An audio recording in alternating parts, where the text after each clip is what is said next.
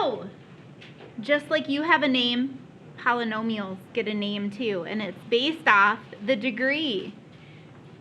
Hi, do you know we have matching socks? That's why I was late, because. But hold on, don't those like connect? Aren't those Yeah. magnets? Yeah. Miss Livingston, Miss Butcher, and I. See, they hold hands. It's so cute. I know. Yeah, there needs to be a picture at some point. I already Yeah. told Miss Livingston that needs to happen. Yeah. Okay, so we're naming things based off the degree.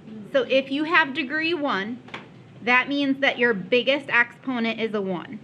Okay, so degree 1 means biggest exponent is 1.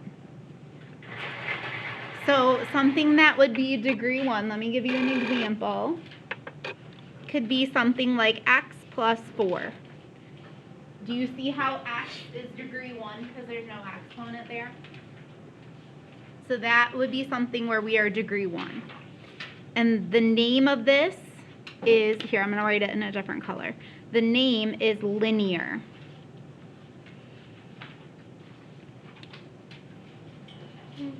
So if we are degree 1, we have something that is linear. Meaning if you graph it, what's the graph going to be? A line, right? Look at the word embedded in there. Okay, next one. So next one we're doing is degree 2, which means the biggest degree is 2. So you could have something like x squared plus 4x plus 12. So that's an example of what it could be. Do you remember what squared things are called? Starts with a Q. Quadratic. We were calling them rainbows a lot. Like it looks like a rainbow. Yep, it does. Quadratic. So degree 2 is quadratic. Degree 3, again, that means your biggest exponent is 3. So it could be something like x cubed minus 7. Again, these are just examples. There are so many out there. I'm just giving you one example of each. Degree 3 is called cubic.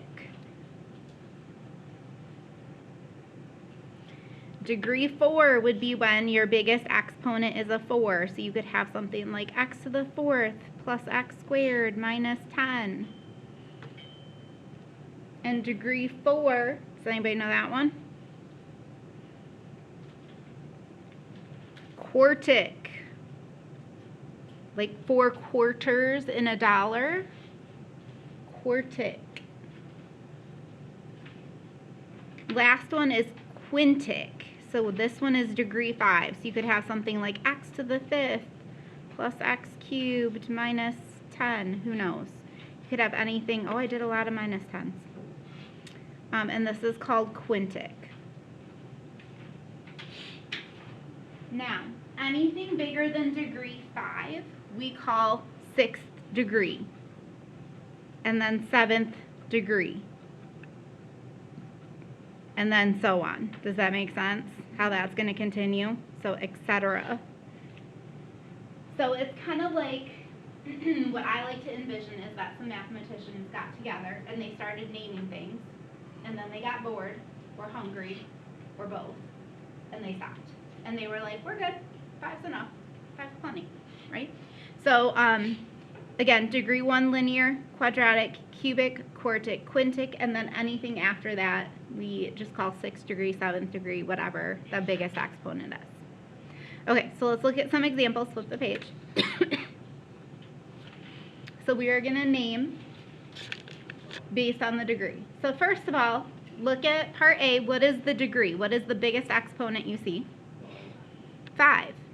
So the degree is going to be 5. So what would I name it if the degree is 5? Quintic.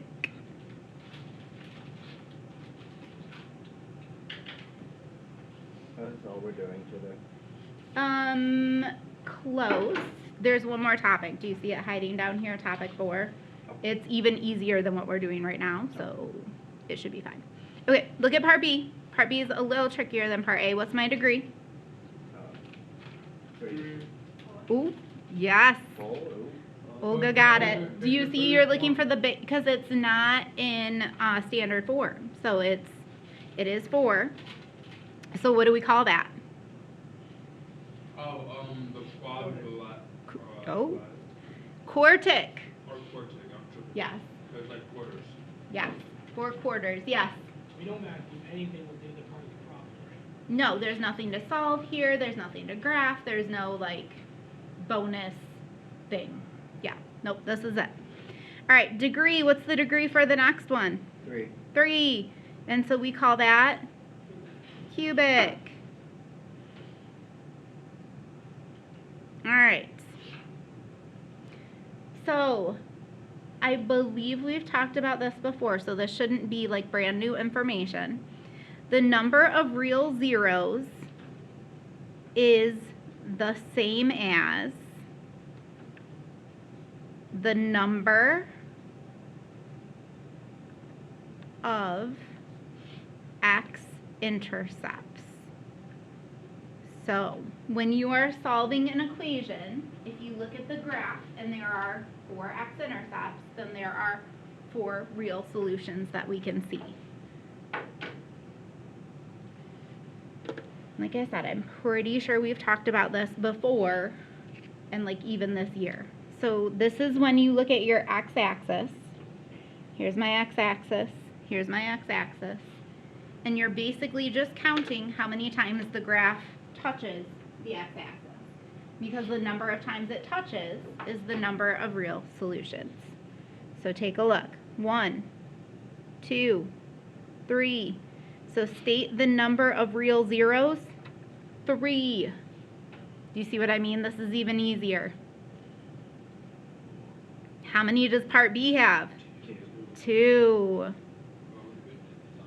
I know, that's what I was going to say. I feel like we've talked about this once before already. I think back when we were doing quadratic stuff. Now, almost, hold on.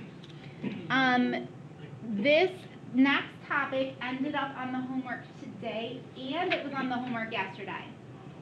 So, flip to the next page for a second.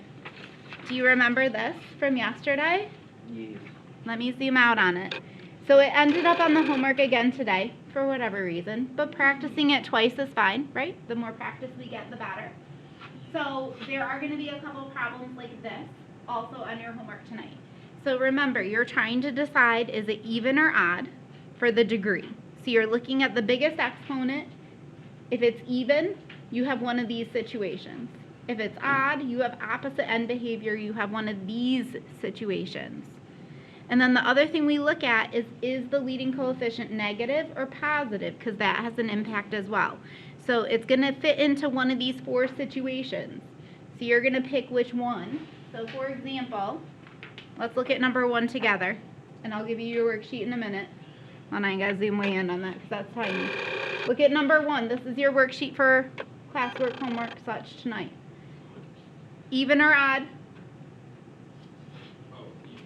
Even. Positive or negative leading coefficient? Negative. Negative. Okay, so we are negative and we are even.